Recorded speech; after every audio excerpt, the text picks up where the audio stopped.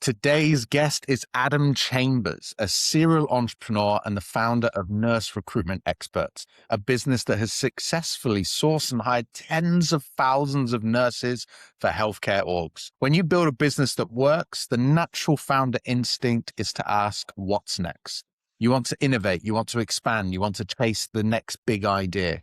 But Adam discovered a dangerous trap hidden inside that ambition. Shiny object syndrome. Instead of doubling down on the core engine that was actually driving his business, he started pouring money and resources into experimental initiatives and new hires. And the results didn't translate.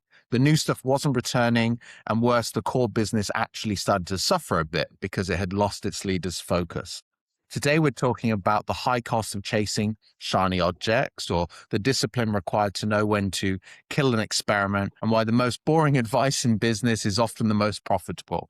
Remember what actually works. Adam, welcome to the pod. All right. Thanks for having me. Great to be here. I love your t-shirt. Love the podcast. So Thank you. ready to spill my beans.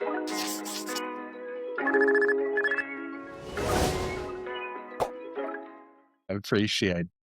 Now, when we were talking before, you had said you had spent a bit too much money perhaps on new people or experimental initiatives. What was kind of an example initiative you funded that, looking back, might have been a bit of a distraction from the core engine? Yeah. So I paid 7,500 to job board and didn't get any candidates interviewed out of it, or Wow. not even to mention job offers or jobs accepted. So met a guy at a conference, and the sell for him was actually kind of ironically like our company sell. It was saying, we know we're using X job board, like Indeed. Here's a new stream of leads that you could get tapped into by working with us.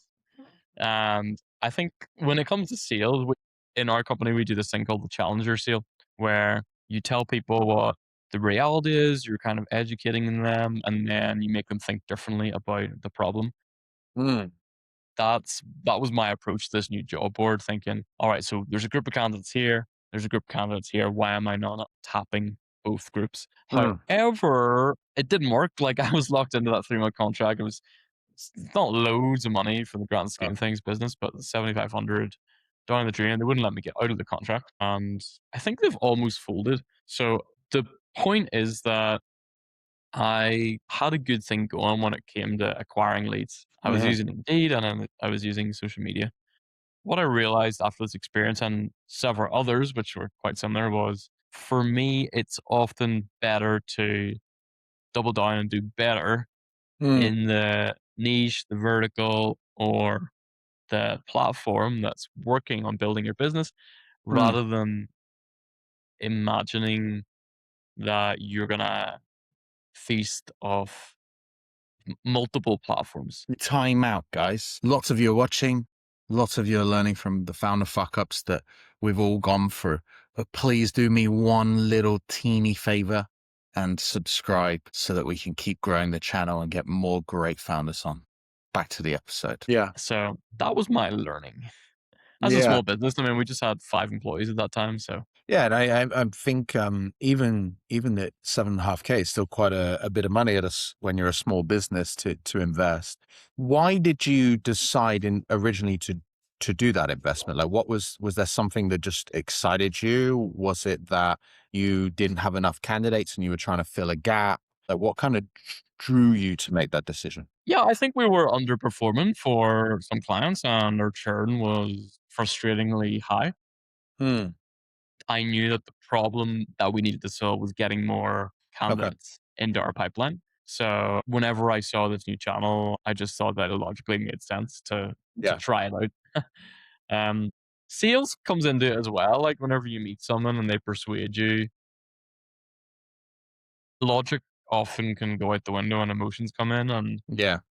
you get sold on stuff. Yeah. I think I would say I'm quite easy to be sold. Yeah, yeah, From this lesson then, when, because obviously over the years, you've ran a lot of experiments, and in this case, you were trying to solve a problem. So it's probably easy to justify the spend.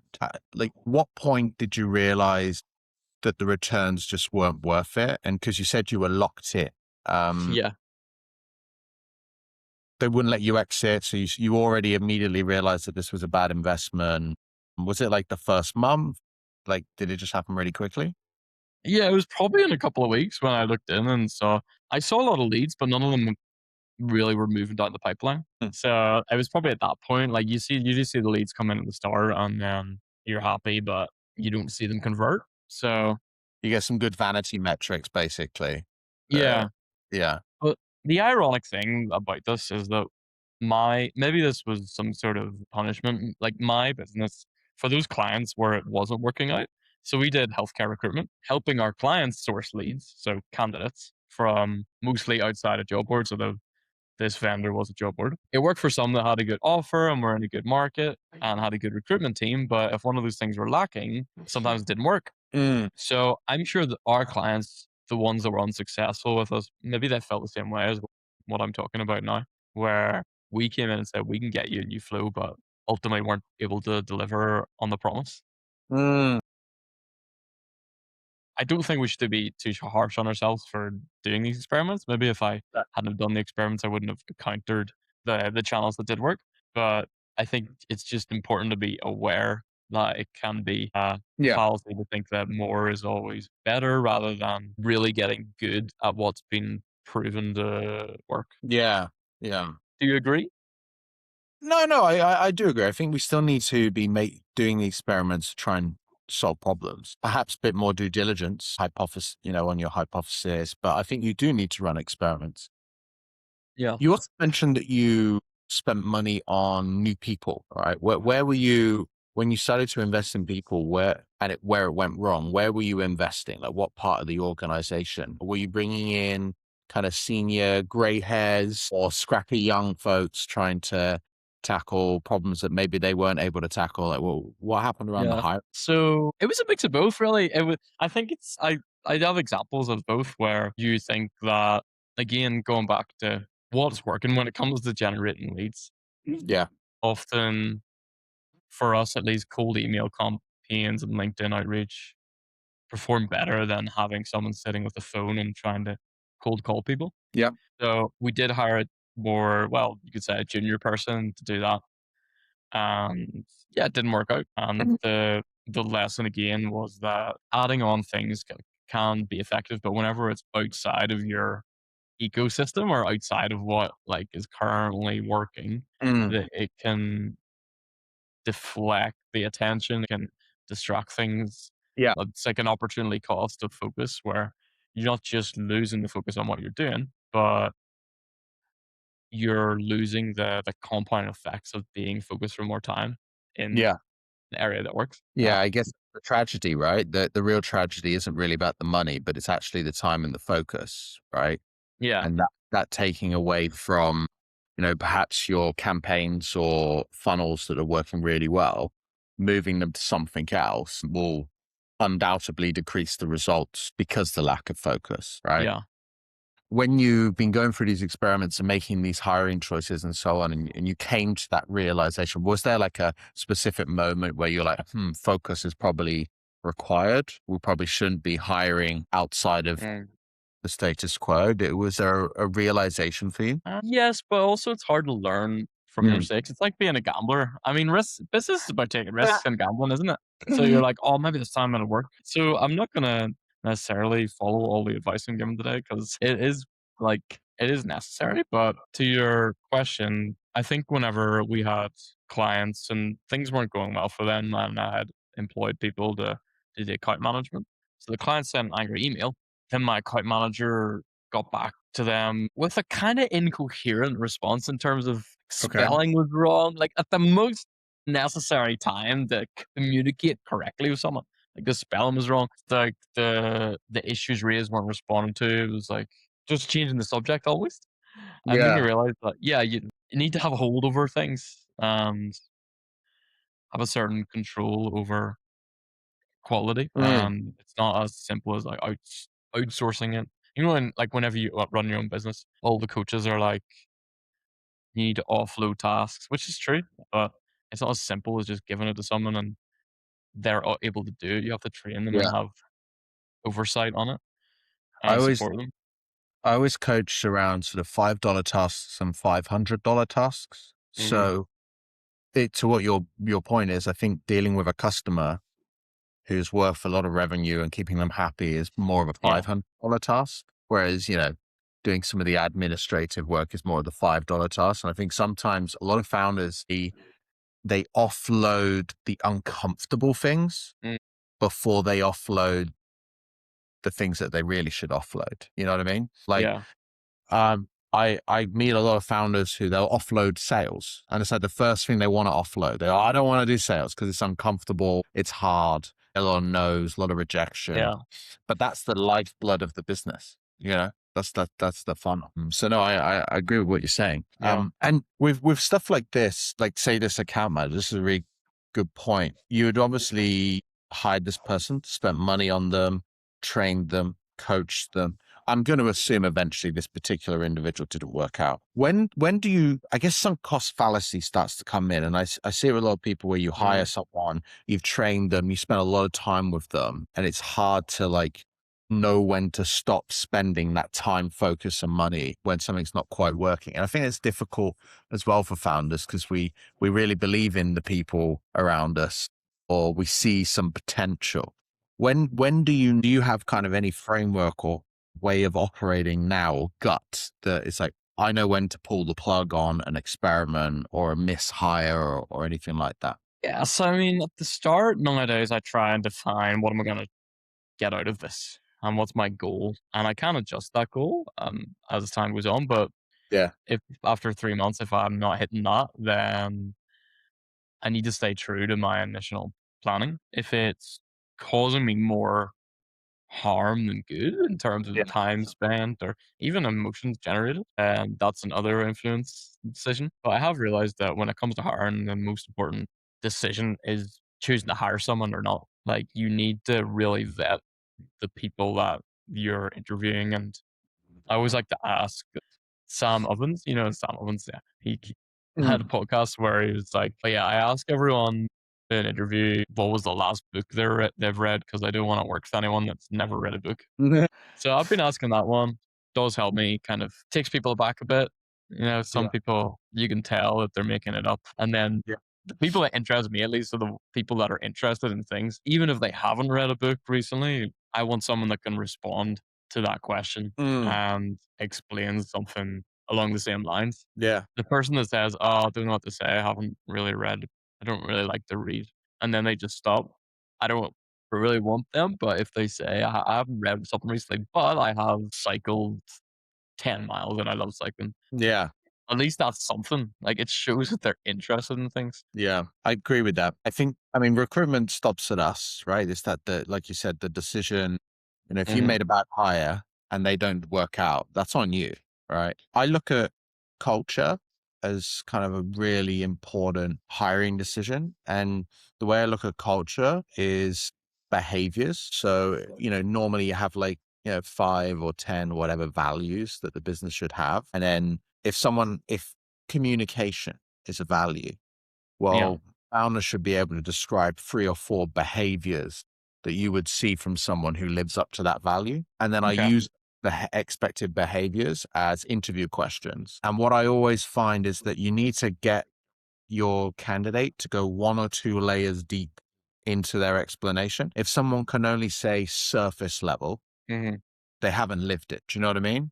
Yeah. So if I There's ask, ChatGPT response. yeah, Yeah. yeah. If you ask someone a question like, what's like been a big challenge that you faced and overcame, something like that, because Yeah. because startups always dealing with problems, and they give you some top level, barely any information, you have to Yeah. ask 2 or 3 more questions to get them to go deeper. And if Hmm. someone's really lived a problem, they can easily explain it. You know what I mean? Yeah. I found that that's been really important. When you're looking at these, like say this 3 month where you've got a hire and you're taking them through, and maybe the goalpost has changed a little bit to give them more time, or even the same with your kind of experiments and running. Do you find it hard to admit defeat and cut your losses, or Mm. sort of kind of drag things out a little bit longer than you should have? Yeah. I do. I think that it's hard to know when to stop. with Yeah. that 3-month contract, it was pretty easy Yeah. to know that it wasn't work with staff and people. It is harder, I think, Yeah.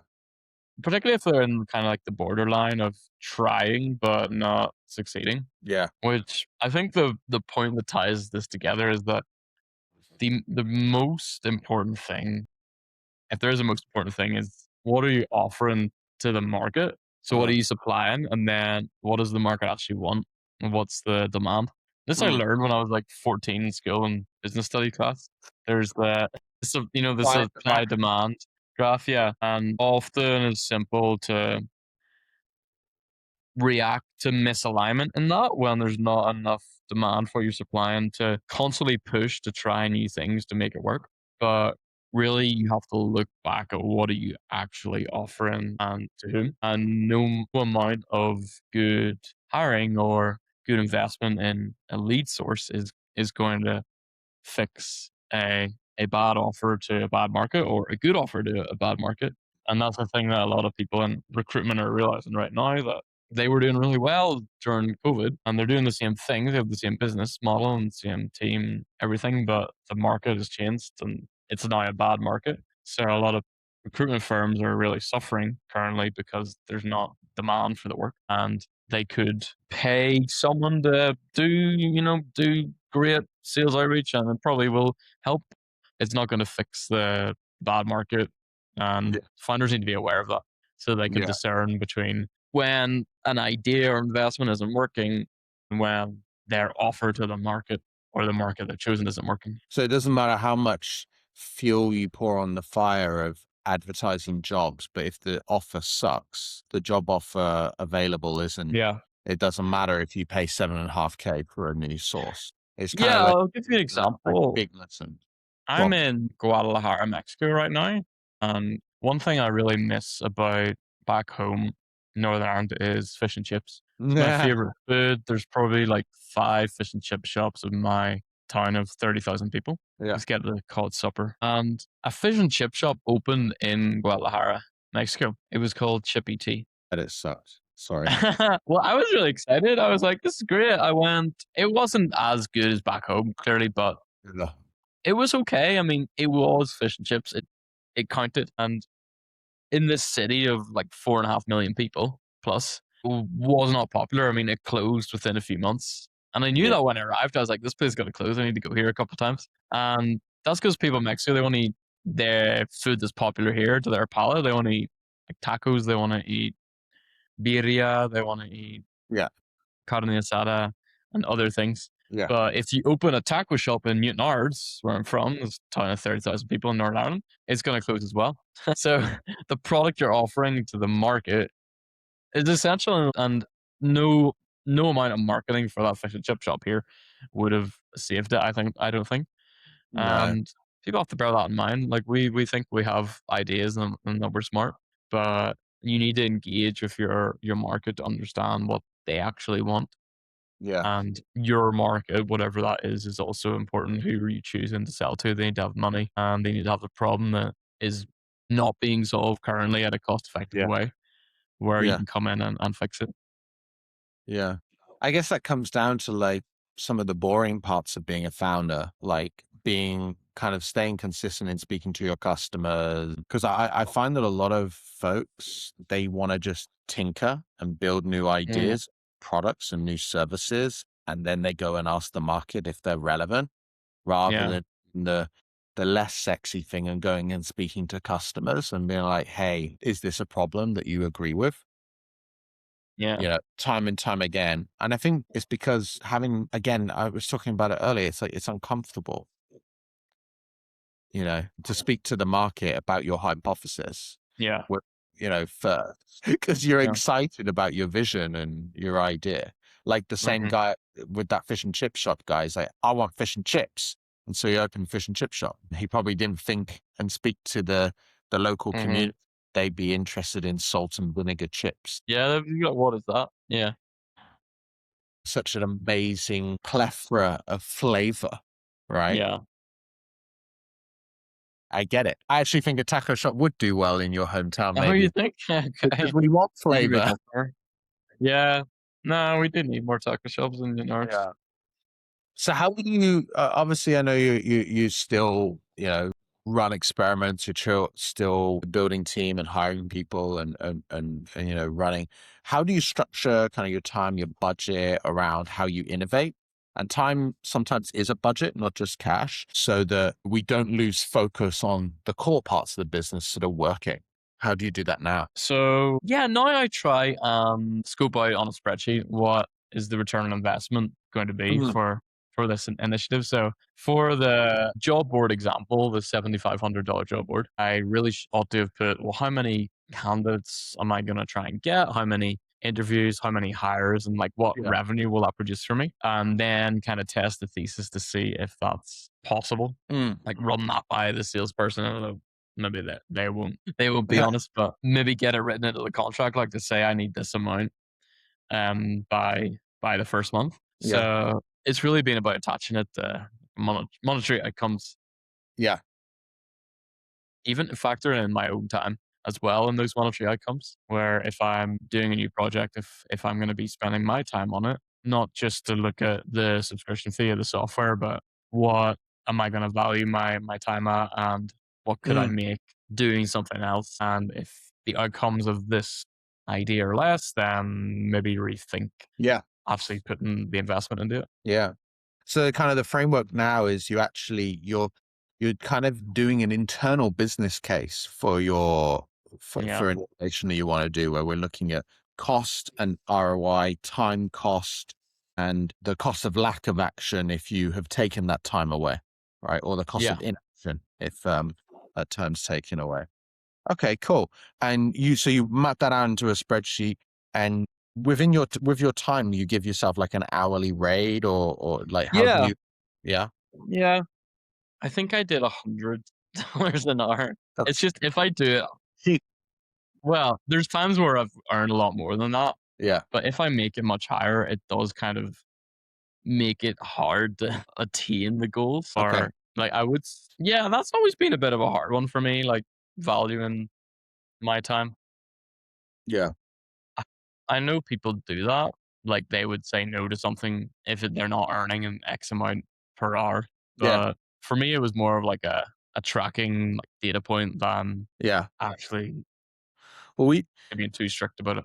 we looked at it as well over at Nectar before. So I think it was 2023. I brought in $2 million of new revenue to the business, and so Hmm. for 2024, when we were planning what's going on, we kind of made the assumption that any time away is from me doing new business acquisition Mm, was costing us the $2 million I should be able to bring in the next year. right. So we actually restructured our organization a little bit so that because the cost of me, say, doing operations and not Mm, doing business, if I lose 20% of my available like bandwidth from new business, that's $400,000. And that's kind of how we calculate. It's not as easy.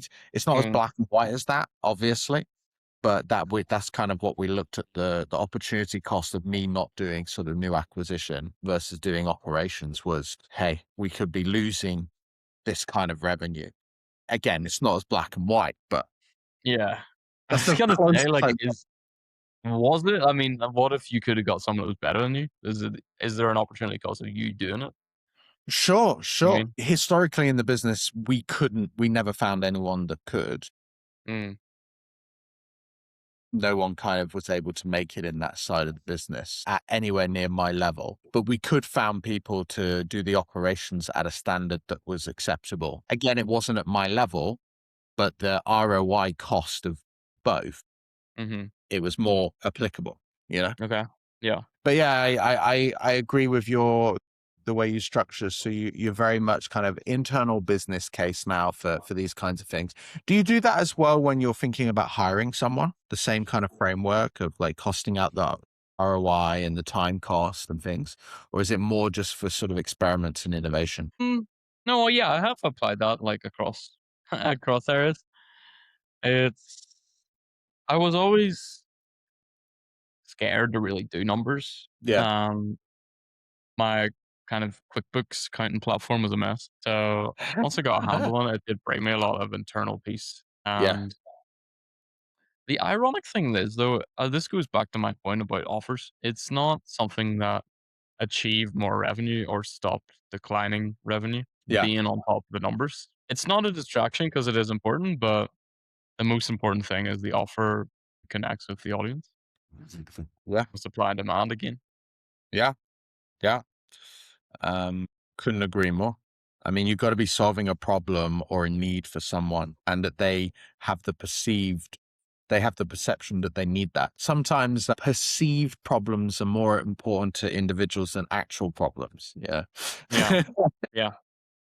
What would you say to founders listening or aspiring founders who maybe have got a bit of a core profit of the business, or they're starting to think about investing in various innovations, spin-off products, whatever it may be, or even in their team? How do you think they can protect themselves from spending 7.5K on a job board, um, or other hiring mistakes Yeah. you passed? Would it be follow that framework, or any advice you can give?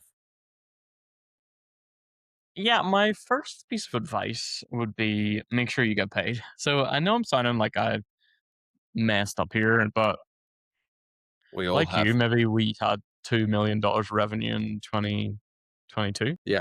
And a lot of the profit I didn't reinvest and I chose to take that out and invest it in the stock market. And when it comes to other like business I've seen in recruiting space, the founders leave the money in the company or they try these experiments on a grander scale than I did. And I think they are very important. And maybe if I had reinvested all that money, I would be sitting in a much better position right now.